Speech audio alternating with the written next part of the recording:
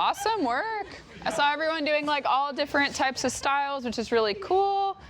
Yeah, so we'll move on to the rear teep, which should feel a little bit more comfortable, maybe a little bit less awkward. So often it's like, where's my weight, where's my weight? But that weight needs to be, again, on your standing leg in order to be able to throw that lead teep. Now for the rear teep, what are we gonna do? We're gonna do the same thing, so just our standard push teep. This is called like the This is Sparta teep. It's coming from further away. It should feel very natural. If you're in your stance here, all you have to do is put your weight onto your front leg, keep this leg light, pick up your knee, and do that really big push. This is one for sure where we're coming all the way back here, we're bringing up our knee, and we're finding that extension again. If my leg falls, it falls in a horrible spot where Shu can just like attack this leg. So that's what I want. That's where that hip comes from, is how we land here. But I don't necessarily want you to land like that. For any teep, I do want you guys to think about that retraction. So much of my kicking actually comes from just having my knee up.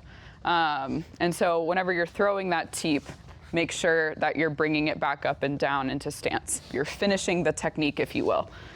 Now for the next one, this is one that I've been playing around with a lot lately. This is probably the one that lands the most for me, and it's like a little bit of an inverted teep. So for our normal teep, we just have our knee up to the ceiling, our foot is up to the ceiling, but for this one, I kind of want to snake it through a little bit. And the reason being is because, especially if I'm sparring somebody, if I'm working with Shu, for example, you can just like put your guard up like this. If I try to teep from here, I might miss his body or go to the side.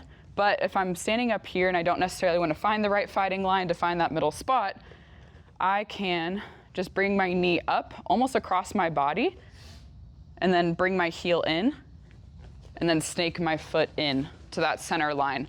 So this is like an inverted teep. You see like Luke Lessie, he's an American Muay Thai fighter. He has a fight coming up actually against Nico Carrillo in one, but he does this a lot, and it's like he'll stay like stationary and upright, and he'll just like fling that teep out. So it's kind of like a little bit of an inverted one. So again, you kind of lead with your heel almost, and you just snake that foot in, and then again, you just bring it right back.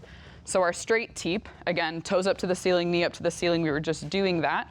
This one is just a little bit more angled, and it slips in really nice onto the stomach. That's where you're like, why are your teep sneaking through? That's that one. Now for this next one, we're gonna do a jump teep, but rather than like just jumping into it, you'll actually pick up your lead knee and essentially just allow yourself to launch up and flick out that rear teep. So using your knee to pick yourself up, that's what I say in jumping techniques. It's like your knee is initiating the liftoff. And so you pick it up here, and then you just land and teep. So you teep at the same time as you land. So one more time, pick up the knee, and then throw that big rear teep out. So those are the three variations that we'll practice with this one. Just that normal straight push kick, no distancing one here. Normal straight push kick, a little bit of an inverted teep, and then just lifting your lead knee up to throw that rear teep out. We might have some more like sending in this one because the rear teep's typically more powerful, so watch out for each other. But does anyone have any questions? Yes. Very beginner question. Yeah. When you're landing, like contacting, is it the ball of your foot that's contacting? Yes. And are you like pointing your toe, pushing through, or are you just kind of like keeping it flat? Like? I tend to just focus on the ball of my foot. It's a good question. To keep my toes up, because I don't really want to crunch my toes into someone's body. Oh. There is a style, like Japanese kickers do that. They'll like stab people with their toes, which is like totally an option. I'm just like, it's not really for me. But in a traditional teep, yes, it's like the ball of your foot is what has the most pressure, not like your heel. We'll be doing kicks where it comes from our heel. But yeah, I tend to think kind of like toes up, even a little bit flared, and just really landing with like the ball of my foot. But yes, good question. So for the sneaky one, what do you do with your front leg? Like, do you kind of leave it in place, or are you trying to like push your hip kind of? So for me, any time I kick or teep, like my foot's out. If it's parallel, I lose so much hip mobility. Like if I tried to throw it like this hip's gonna stop it. It's gonna stop that motion that I want. So I always say like keeping your feet out, like this is why like, I was talking about stance earlier, and it's a good question because like for the round kick, we take that step, right, and we open it up. So for the teep, it's kind of the same thing. Like you kind of end up taking that step just to open up this hip so that this hip has so much range to come forward. So for the inverted one, for example, if I'm here, I would want my foot out and then I would have more extension in my hip because this leg is turned out.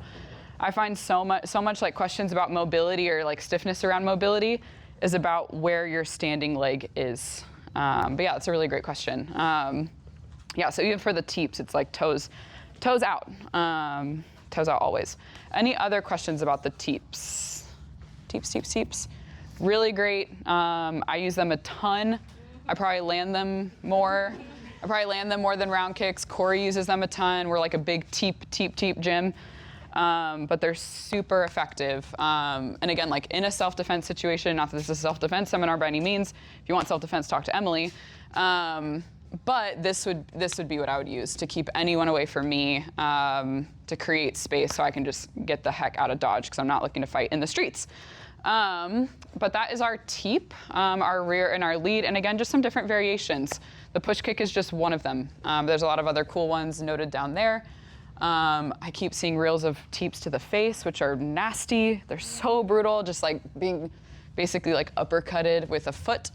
That takes some like extra level flexibility, in which case absolutely that leg would have to be turned out.